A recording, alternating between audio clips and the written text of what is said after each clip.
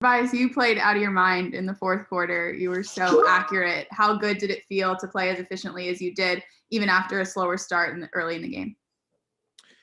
Yeah, fourth quarter time, I just wanted to do whatever I can uh, to help the team win. That was like my whole focus in the fourth was just eye on the prize of winning this game. I was able to get to my spots on the floor. Um, was able to find energy that I needed through the defensive end and trying to be in there getting rebounds and encouraging everyone else on the court at the time to stay mentally engaged in the game. And it was just a whole accumulation of that and just being efficient at my spots. So just doing whatever was needed for a W today. Matisse hasn't really been running with you guys in crunch time this season, but today he was super effective on De'Aaron Fox late in the game. How did it feel for you guys to be out there with him sort of stopping their principal weapon? Well, we know what he's going to bring for us defensively on a nightly basis, especially when he's guarding uh, opposing teams' best player and whatnot. So, in fourth quarter, having the defensive players like Matisse, like Ben, to be out there, and it allows us to switch a little bit more. But Matisse was, working his tail off tonight, sticking right with De'Aaron Fox out there. So, I thought he did a great job of just being in his space and being able to guard him with his speed because, Fox is extremely fast player. Thanks, Tobias. Congrats. Next, we'll go to Kai Carlin. First half was just too comfortable for them. They were walking into threes. Transition was another area that they were getting a lot of looks at, but we were too far back on too many guys, not in their space.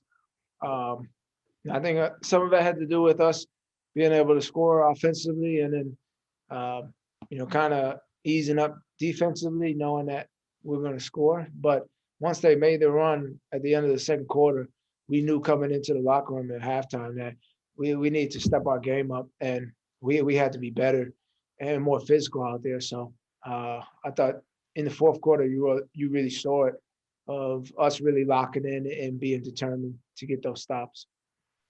Thanks, Steve. Yep. Next two go to Paul Hudrick and then Austin Krell. Go ahead, Paul. Hey, Tobias, you just mentioned a couple of times about getting the ball in your spot, and Doc had just mentioned to us that he thought the team did a really good job of getting you and Joel the ball in your spots. Has that been part of what's kind of led to your success this season, is maybe guys understanding your game more and knowing where you like the ball and where you like to get on the floor? Yeah. So, I think for me, just not having to make stuff up on the fly.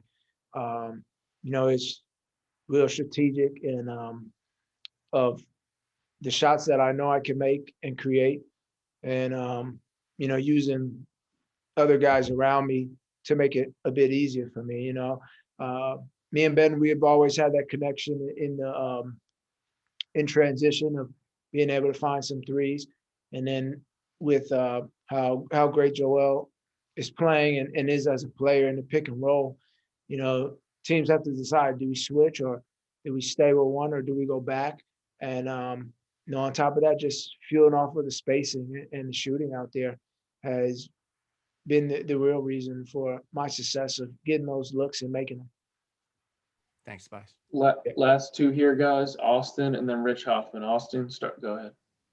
Hey, Tobias. Before the game, Doc kind of mentioned the importance and the attention that had to be taken towards Sacramento's pace. They're obviously a very fast team.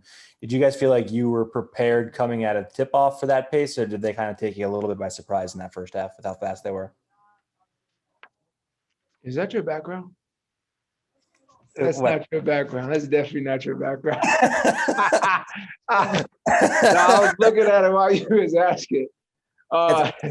Backdrop.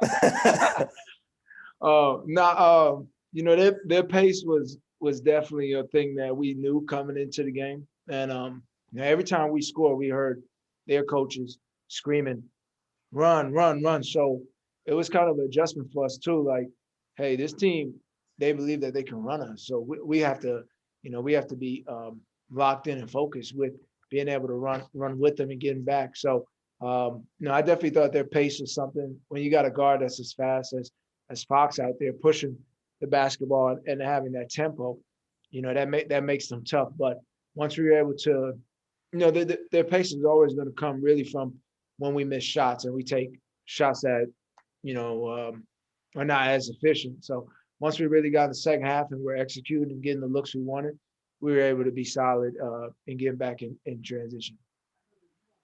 I think I need a new background, huh? Yeah, I blew your spot up there. My bad. Last one, Rich Hoffman.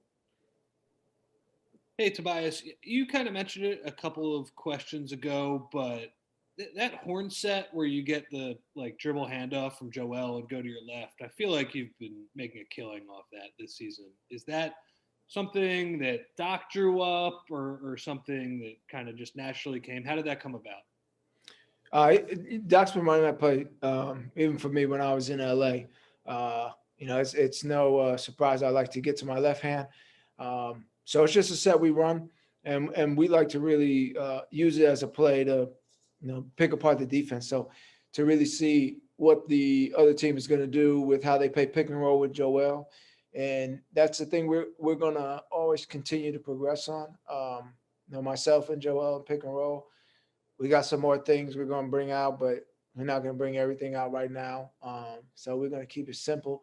And if the shot's there, it's to take it or get downhill or hit Joel in the pocket pass. But you don't get that type of action or that space without shooters on the floor. And that's another reason why the play has been successful too. Thanks, Tobias. All right.